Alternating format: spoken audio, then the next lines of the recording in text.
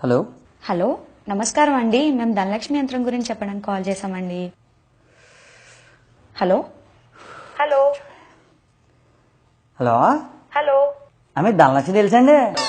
Sir ఒక్క నిమిషం. అయ్యి బాబాయ్ అంటే ధనలక్ష్మి తెగలవు చేస్తున్నాను బాబు. దాని వెనకాల 6 నెలల నుంచి తిరుగుతున్నానండి. అలాగేదండి బాబు, మీరు ఒకసారి మీ ధనలక్ష్మి తెలుసు అన్నారు కదండి, ఒకసారి నా బాధ ఏంటండి బాబు.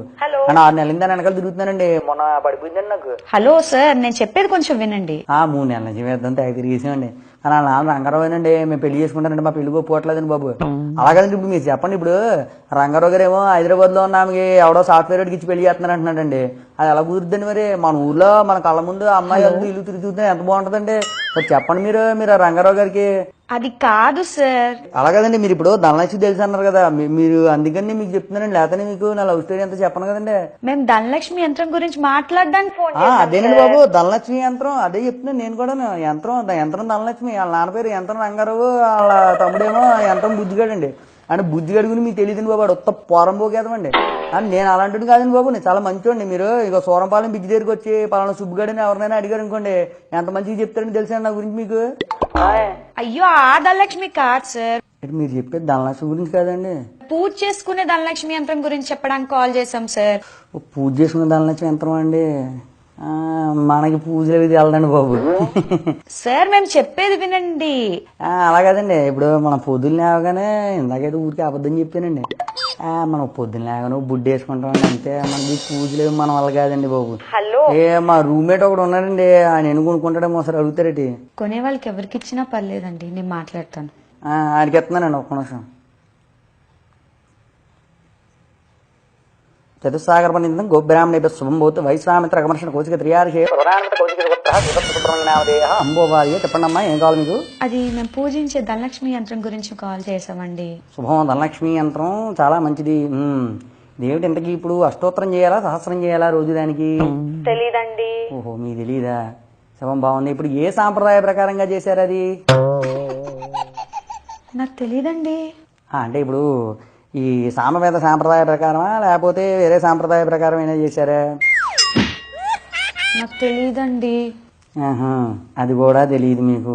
చాలా సంతోషం. ఇప్పుడు దేన్ని పెట్టి పూజ చేయాలమ్మా? దానికి ఏమైనా సువర్ణ పుష్పాలు పెట్టి పూజ చేయాలా, లేకపోతే శ్వేతాక్షతలు పెట్టి పూజ చేయాలా, లేకపోతే మామూలుగా పువ్వులు పెట్టి పూజ చేయాలా?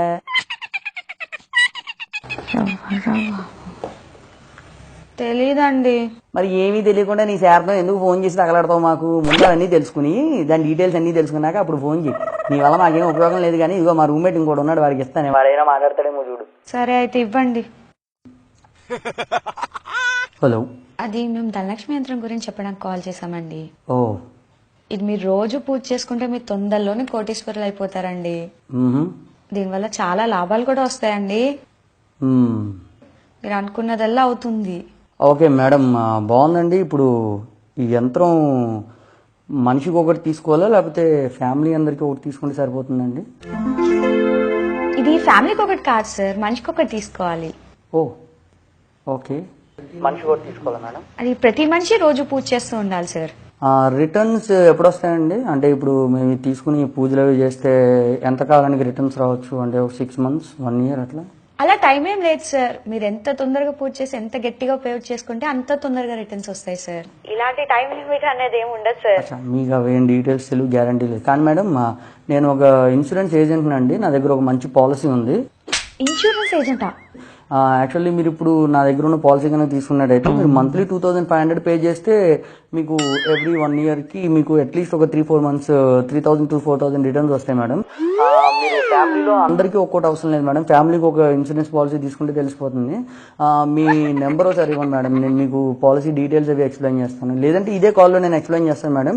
యాక్చువల్లీ అది ఇలా మేము మీకు కాల్ చేసినప్పుడు మీరు మాకు పాలసీస్ అమ్మకూడదు సార్. అరే కాదండి, వినండి మేడం. అలాగే మీరు ఇప్పుడు యంత్రం గురించి చెప్పినప్పుడు నేను విన్నాను కదా, ఇప్పుడు నా పాలసీ డీటెయిల్స్ చెప్పినప్పుడు కూడా మీరు కూడా వినాలి కదా మేడం. అలాగేదండి, ఇది చాలా మంచి పాలసీ, మీకు చాలా యూజ్ అవుతుందండి. సార్ మేము యంత్రం అమ్ముతుంటే మీరు పాలసీలు అమ్ముతారేంటి సార్? ఓకే, ఒకసారి మీ పర్సనల్ నెంబర్ ఇవ్వండి, లేకపోతే నేను ఫోన్ చేస్తాను మేడం. మా ఫోన్ నెంబర్ ఇవ్వడం కుదరదు సార్. కాదు మేడం, చాలా చాలా మంచి పాలసీ. మీరు ఇంకా హలో, వచ్చే బేరమే లేదురా బాబు. యంత్రాలు కొనాలట, యంత్రాలు అన్ని ఒక్క లేదు. ఇంకోసారి ఫోన్ చేసామనుకో దోలు తీరిపోద్దాం అనుకున్నాను.